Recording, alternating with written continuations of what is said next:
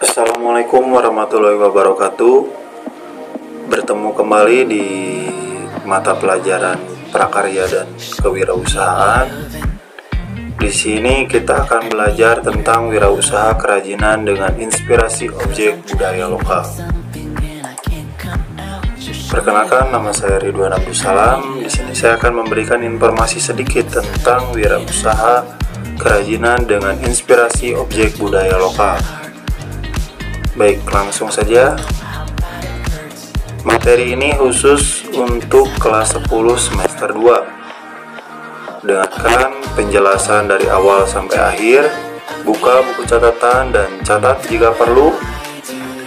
Kemudian absen keaktifan kalian di komentar dengan menuliskan nama, kelas, dan pendapat mengenai materi ini. Yang pertama, perencanaan usaha kerajinan dengan inspirasi objek budaya lokal. Wirausaha kerajinan dengan inspirasi objek budaya lokal dapat dimulai dengan melihat potensi bahan baku atau material, keterampilan produksi atau dan mesin, dan budaya lokal setempat. Kita bisa melihat inspirasi-inspirasi yang bisa dijadikan sebuah kerajinan dengan melihat yang pertama itu bahan bakunya, kemudian keterampilan produksi dari mulai manusia dan juga mesin atau alat yang bisa kita pakai dari kebudayaan setempat tersebut sehingga bisa kita dijadikan sebuah kerajinan. Wirausaha kerajinan dengan inspirasi objek budaya lokal akan menawarkan karya-karya kerajinan yang inovatif kepada pasaran. Sasaran dari pasarnya itu atau market dari produk kerajinan ini adalah orang-orang yang menghargai dan mencintai kerajinan tradisional. Memang sangat jarang, tetapi masih ada orang-orang yang menghargai dan mencintai kerajinan-kerajinan tradisional. Kemampuan dalam mengatur usaha dalam kegiatan usaha akan menjamin keberlangsungan dan pengembangan usaha. Ragam objek budaya lokal yang terdapat di daerah akan menjadi inspirasi untuk perancangan yang dibuat. Perancangan kerajinan juga harus mempertimbangkan ketersediaan material atau bahan baku dan keterampilan produksi di daerah sekitar. Kita harus mempertimbangkan bagaimana materialnya, bahan baku, dan keterampilan produksi di daerah sekitar tersebut. Yang kedua, perancangan kerajinan dengan inspirasi objek budaya lokal. Salah satu kekayaan pengembangan budaya tradisi dapat dilakukan melalui pengembangan kerajinan, di mana selain menjaga tradisi dari objek budaya lokal tersebut, kita juga bisa membuat sebuah kerajinan dari inspirasi objek budaya lokal tersebut.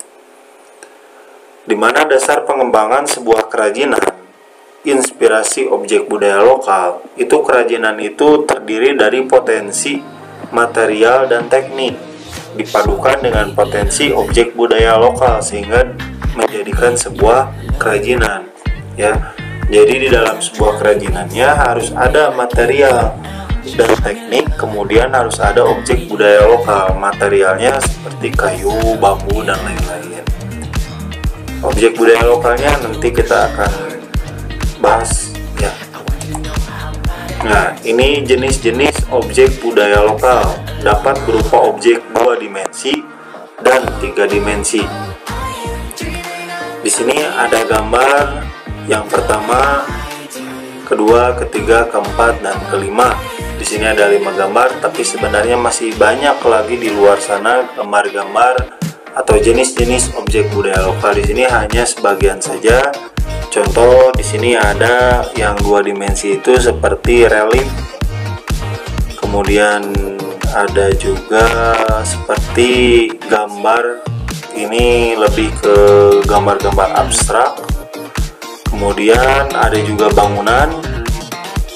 Ini untuk yang 3 dimensi, ini contohnya seperti candi. Kemudian ada juga rumah adat, ya. Lalu ada juga alat musik. Proses perancangan kerajinan diawali dengan pemilihan sumber inspirasi dan pencarian ide produk. ide kerajinan dengan inspirasi objek budaya lokal akan dikembangkan menjadi produk kerajinan yang akan diproduksi dan dijual. Dengan demikian, produk yang dihasilkan harus memiliki nilai estetik dan inovasi agar diminati masyarakat. Tahapan perancangan dimulai itu dengan mencari ide produk, lalu mencari ide terbaik, kemudian membuat sketsa, lalu memilih ide terbaik, kemudian membuat model produk, lalu perencanaan produksi. Yang pertama, mencari ide produk. Dimulai dengan pertanyaan-pertanyaan objek budaya lokal apa saja yang akan menjadi inspirasi. Kemudian produk kerajinan apa yang akan dibuat, bahan atau material apa yang akan dipakai, siapa yang akan menggunakan kerajinan tersebut, warna dan motif apa yang akan digunakan. Yang kedua, membuat sketsa. Ide-ide produk, rancangan atau rencana dari produk kerajinan dibuatkan atau digambarkan dari hasil ide yang tadi. Kemudian agar ide yang abstrak tersebut di dalam pikiran itu bisa terwujud, dibuatlah sketsa, bisa digambar di kertas ataupun juga di komputer ya.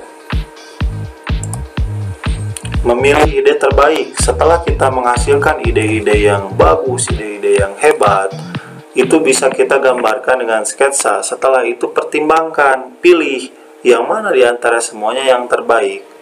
Kemudian di mana yang kira-kira cocok untuk kita buat ya, yang memungkinkan kita buat. Nah, itu memilih ide yang terbaik.